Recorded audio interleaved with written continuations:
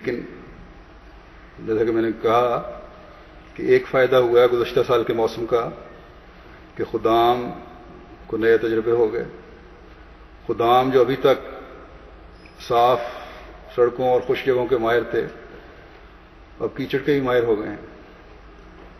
کسی نے کہا تھا کہ ہمارا گرو کھوبے کا مڑا ہے، لیکن اب اللہ تعالیٰ کے فضل سے گرو کی بات نہیں، ہمارے تو خدام بھی کھوبے کے ماہر ہو گئے ہیں باوجود یو کے میں رہنے کے. اب میرے خیال میں کوئی گاڑی کیچڑ میں پھنس بھی جائے تو ان کی ٹریننگ اتنی ہو گئی ہے کہ آرام سے نکال سکتے ہیں.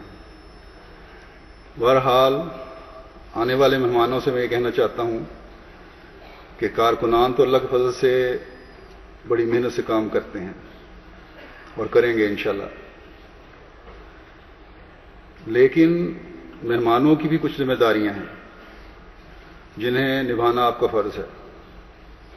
سب سے پہلی بات تو یہ یاد رکھیں کہ خالصتاً یہاں جلسے میں شامل ہونے کا مقصد للہ ہونا چاہیے. اس لیے اس مقصد کو ہمیشہ سامنے رکھیں، اور اس میں سب سے اہم چیز جو ہے وہ نمازوں کی ادائیگی ہے. صرف جلسے میں بیٹھ کر دلچسپی کی چند تقریریں سن کر آپ کے اس سفر کا مقصد پورا نہیں ہو جاتا، بلکہ ان دنوں میں ایسی پاک تبدیلی ہر ایک اپنے اندر پیدا کرنے کی کوشش کرے کہ ان دنوں میں کی گئی باتیں اور نمازیں جلسے میں شامل ہونے والوں کی زندگی کا ایک دائمی حصہ بن جائیں. ایسی نمازیں ہوں جن میں خشوع و خضوع ہو. تمام نمازوں کے دوران، اور یہ صرف خشوع و خضوع نہ ہو بلکہ تمام نمازیں وقت پہ پڑھنے کی کوشش بھی کریں، بلکہ یہ لازمی کریں کہ باجماعت نمازیں ادا کرنی ہیں. یہاں جلسے کے دوران بازار عموماً نمازوں کے دوران بند رہتے ہیں، جلسے کے دوران بھی اور نمازوں کے دوران بھی. اس لیے اس طرف جانے کی نئے آنے والے مہمان بھی اور پرانے بھی کوشش نہ کریں. بعض دفعہ بلا وجہ قواعد توڑنے کی کوشش کی جاتی ہے اور پھر اس طرح یہ زیادتی کر کے کارکنان کے لیے بھی مشکل کا باعث نہ بنے. پھر یہاں جلسہ گاہ میں تو عموماً جلسے کے دنوں میں اجتماعی تہجد کے لیے انتظام ہوگا اور یہاں لوگ آتے بھی ہیں، لیکن دوسری قیام گاہوں میں بھی ان کے رہنے والے بھی اس بات کی پابندی کریں. اسلام آباد میں اجتماعی قیام گاہ ہے، اسی طرح بیت الفتوح میں ہوگی، تو وہاں بھی تہجد اور فجر کی نماز کی پابندی کی کوشش کریں. پھر ایک بہت بڑی تعداد گھروں میں رہ رہی ہے، وہ بھی اگر کوئی سینٹر نزدیک ہے یا اس تک پہنچنا آسان ہے تو فجر، اور اگر مغرب اور عشاء سے پہلے چلے گئے ہیں تو مغرب عشاء کی نمازیں باجماعت سینٹر یا مسجد میں جا کر ادا کرنے کی کوشش کریں. لندن میں رہنے والے جو لوگ ہیں روزانہ جانے والے، خود بھی اس کی پابندی کریں اور اپنے مہمانوں کو بھی اس کی پابندی کروائیں. اگر نمازوں اور عبادت کی طرف پوری توجہ نہیں تو اس جلسے کے ایک بہت بڑے مقصد کو پورا کرنے والے نہیں بن رہے ہوں گے. کوئی تقریر فائدہ نہیں دے سکتی یا اس تقریر سے علمی حظ اٹھانے کا کوئی فائدہ نہیں اگر نمازوں کی طرف پورے شوق اور اس کا حق ادا کرتے ہوئے اس کو ادا کرنے کی کوشش نہیں کر رہے. یہ خلافت جوبلی کا جلسہ ہے، اس لیے بہت بڑی تعداد یہاں آئی ہے. مطلب ہے کہ خلافت جوبلی کے سال میں ہونے والا پہلا جلسہ ہے، اور جیسا کہ میں نے کہا اس دفعہ اکثریت اس حوالے سے اور اسلامیت کو سامنے رکھتے ہوئے جلسے میں شامل ہو رہی ہے.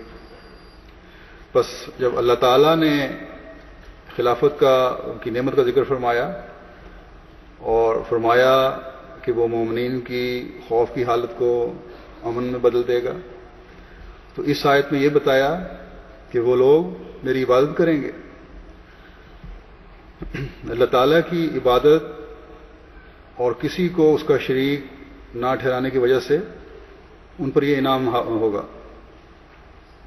کہ ان کو خلافت کی وجہ سے تمکنت ہوگی، اور پھر یہ بات انہیں مزید عبادت کی طرف توجہ دلانے والی ہوگی.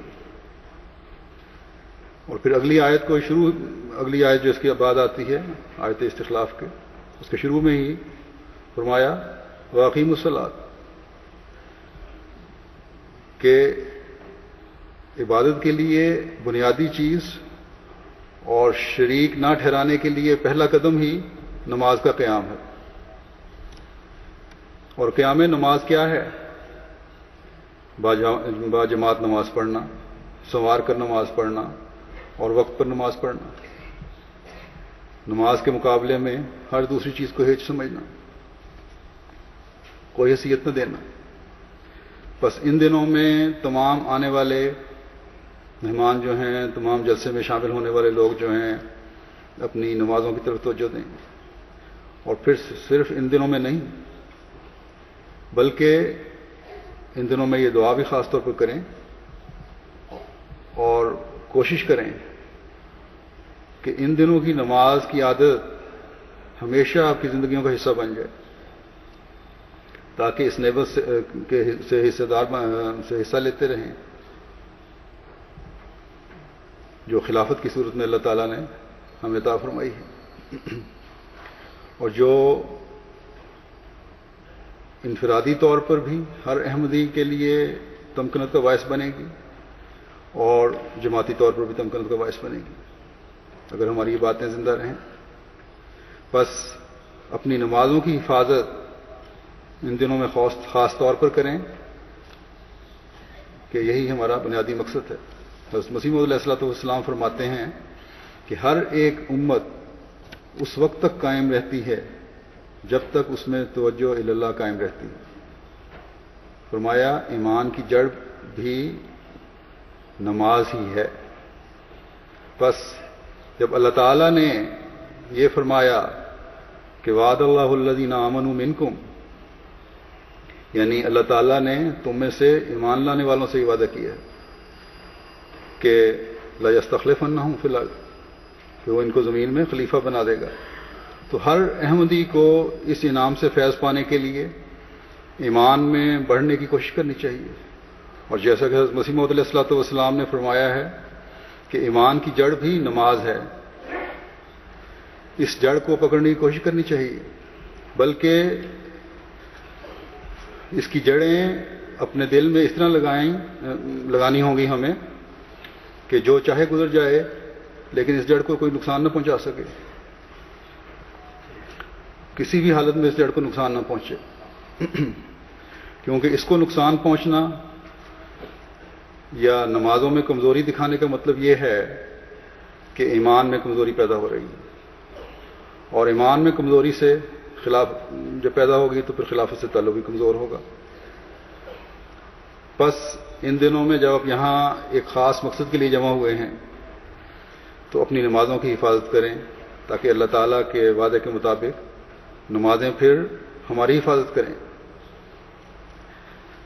ہمارے ایمانوں میں مضبوطی پیدا ہو اور ہم اللہ تعالیٰ کا قرب پاتے ہوئے اس کے نام کے ہمیشہ وارث بنتے رہیں جن کا وعدہ اللہ تعالیٰ